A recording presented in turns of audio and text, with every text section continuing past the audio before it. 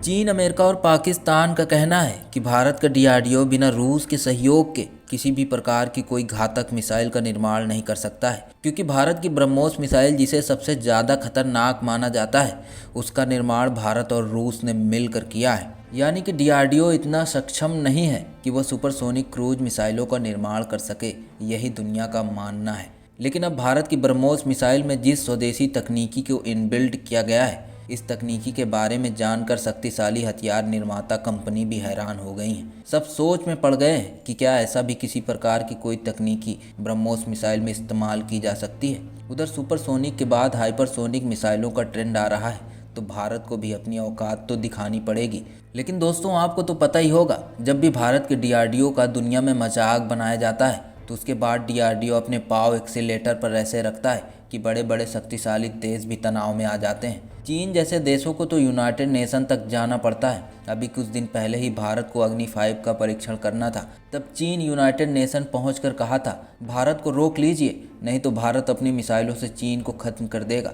तो उनके लिए हम बता देना चाहते हैं कि जो भारत के डीआरडीओ की ताकतों पर शक करते हैं, अब भारत का डीआरडीओ ब्रह्मोस मिसाइल को हाइपरसोनिक मिसाइल बनाने के लिए अकेले ही काम कर रहा है, जिसको लेकर अभी हाल ही में रूस ने भी खुलासा किया था कि ब्रह्मोस मिसाइल को हाइपरसोनिक मिसाइल में अपडेट किया जा रहा है और यह दुनिया की सबसे घातक हाइपरसोनिक मिसाइल होने वाली है। हाइपरसोनिक मिसाइल यानी कि वह मिसाइल जो ध्वनि की गति से 5 गुना तेजी से चलती है। अभी तो फिलहाल भारत को हाइपरसोनिक मिसाइल के निर्माण में कुछ साल लगने वाले हैं, लेकिन उसके पहले 20 जनवरी को भारत के डीआरडीओ ने बालासोर के तट से ब्रह्मोस मिसाइल के अगले वर्जन का टेस्ट करके दुनिया में खलबली पैदा कर दी है।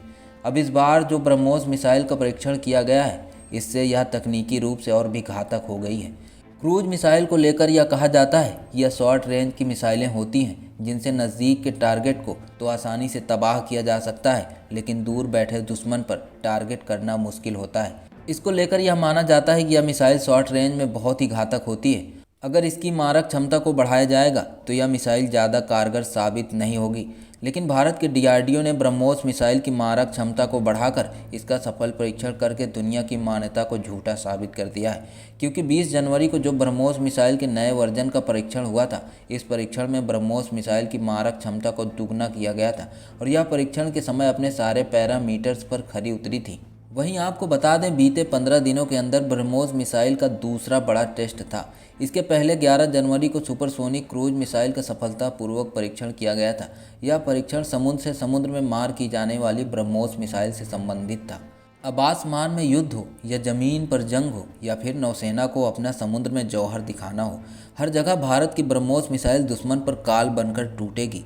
सामान्यतः जो भारत में ब्रह्मोस क्रूज मिसाइल का उपयोग किया जाता है, अभी तक इसकी मारक क्षमता 300 से 500 किलोमीटर तक होती थी, लेकिन अब इसे बढ़ाकर 800 किलोमीटर तक कर दिया गया है।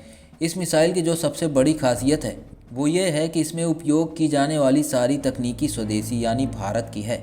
इसमें रूस की कोई भी साझेदारी नहीं ली गई है।